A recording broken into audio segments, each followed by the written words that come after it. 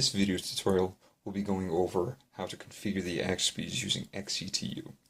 Now the first step is to get the Xbees connected to the computer. And in order to do so, we'll actually use the FIO sort of as an Xbee Explorer. So the first step is going to be take one of the Xbees. In this case, we'll start with the chip antenna one, which will be the receiver, and then plug it into the FIO. Make sure it follows that outline. You don't want to plug it in backwards.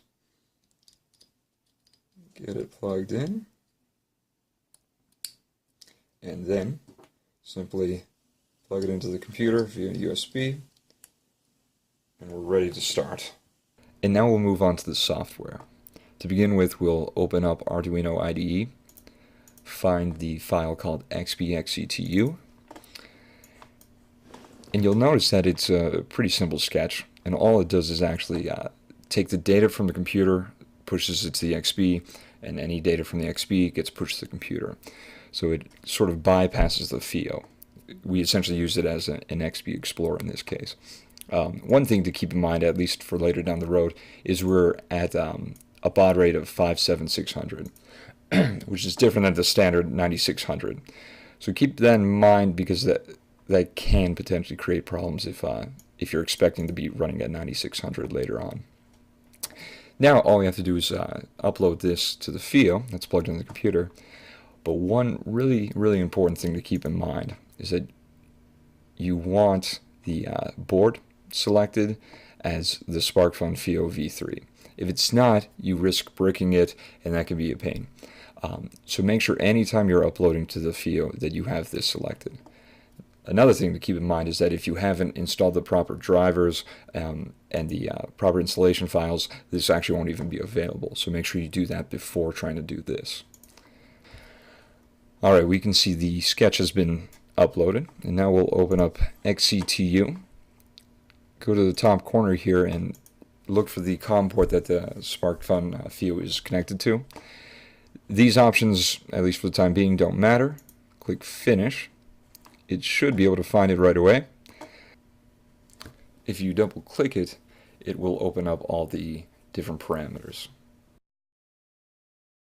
Now from here, we can easily go through and make any changes that we need to. Now you can see that I've already got the changes that are written in the documentation. But as far as making the changes are concerned, it's as easy as going through, typing, and then writing a change using this little pencil icon on the side.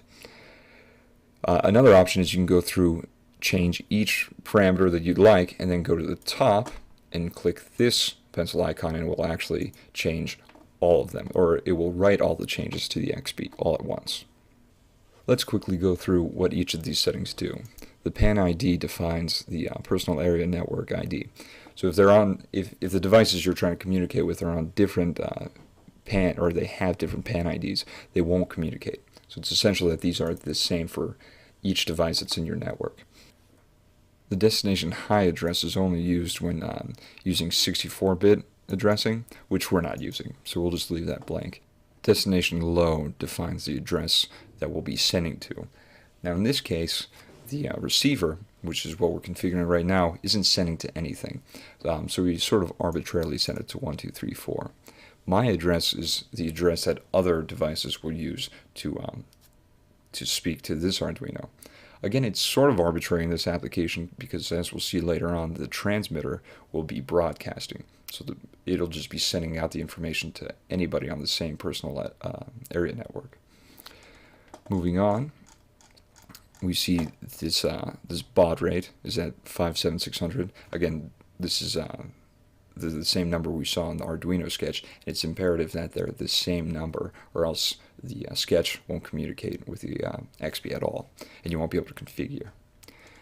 Next, we have the API.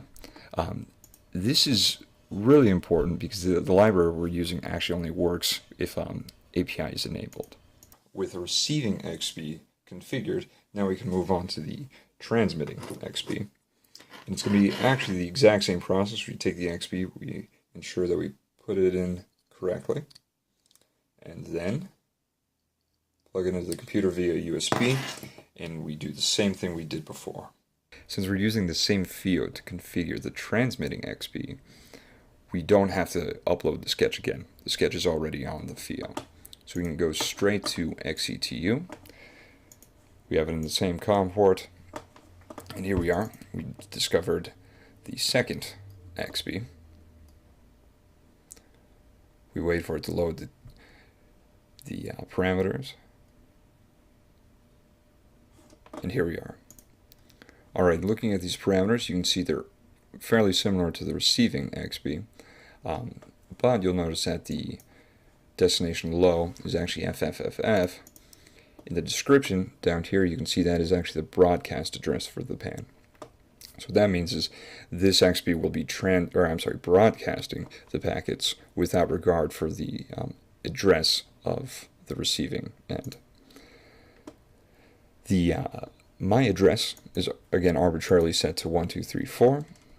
We scroll down. You'll notice the power level setting has changed. We set it to the lowest so that the Xbee is only transmitting through the antenna.